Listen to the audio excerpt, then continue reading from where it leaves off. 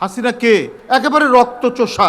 আমরা রক্তচোষা নেকড়ের গল্প শুনেছি। এই রক্তচোষা এক ভয়ঙ্কর ফ্যাসিবাদী শাসক ছিলেন শেখ হাসিনা। শেখ হাসিনার শাসন মানেই হচ্ছে, তার বিরুদ্ধে কথা বলাই মানে হচ্ছে আপনি হয় গুম হবেন, না হলে খুন হবেন, বিচার বহির্ভূত হত্যার শিকার হবেন। মায়ের কাছ থেকে অথবা স্ত্রীর কাছ থেকে ছিনিয়ে নেওয়া হবে তার স্বামীকে, না হলে মায়ের সন্তানকে। এই ছিল শেখ হাসিনার শাসন।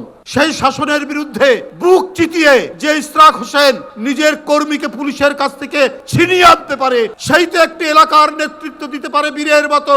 এই এলাকার উন্নয়ন, এই এলাকার উৎপাদন, এই এলাকার আনন্দ বেদনার সাথে যে নিবিড় ভাবে সম্পর্ক যার, সেই তো আপনাদের নেতৃত্ব দিবেন। যার সাহস আছে, যে নেতৃত্ব দেওয়ার যোগ্যতা রাখে, যে কোনো সংকট, যে কোনো ক্রান্তিকালে আপনাদের সাথে সেই সন্তানই থাকবে, যে দুঃখের দিনে, যে সংকটের দিনে তার সহকর্মীকে পুলিশের কোল থেকে ছিনিয়ে আনতে পারে, সেই তো প্রকৃত নেতা। সে হচ্ছে আমাদের ভাতিজা ইশরাক হোসেন।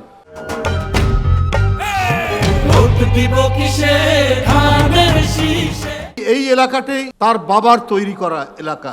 আন্দোলন সংগ্রাম, ঢাকা মহানগরীর নেতৃত্ব দিয়েছেন, 2-3 বার এমপি হয়েছেন, এরপরে মেয়র হয়েছেন। এমন কোনো বাড়ি নেই, বাসা নেই যার সাথে সাদেক হোসেন খোকার সম্পর্ক ছিল না। কিন্তু এই অল্প বয়সেই ইশরাক হোসেনও তাই। যদি দলের কোনো কর্মসূচি হয়েছে, বাবা তুমি কোথায়, আমি মিছিল করছি। ওর মিছিলে যে কতবার ফ্যাসিবাদের দোসররা আক্রমণ করেছে, মিছিলের উপর আক্রমণ, সামনে থেকে আক্রমণ, পেছন থেকে আক্রমণ, সারাশি আক্রমণ, কত নেতাকর্মী ক্ষত বিক্ষত হয়েছে, কতজনকে হাসপাতালে ভর্তি করতে হয়েছে, কারো পা কেটে ফেলতে হয়েছে, কারো হাত কেটে ফেলতে হয়েছে, কেউ অন্ধ হয়ে গেছে। তারপরেও ইশরাক হোসেন তার অটুট মনোবল নিয়ে নেতৃত্ব দিচ্ছেন।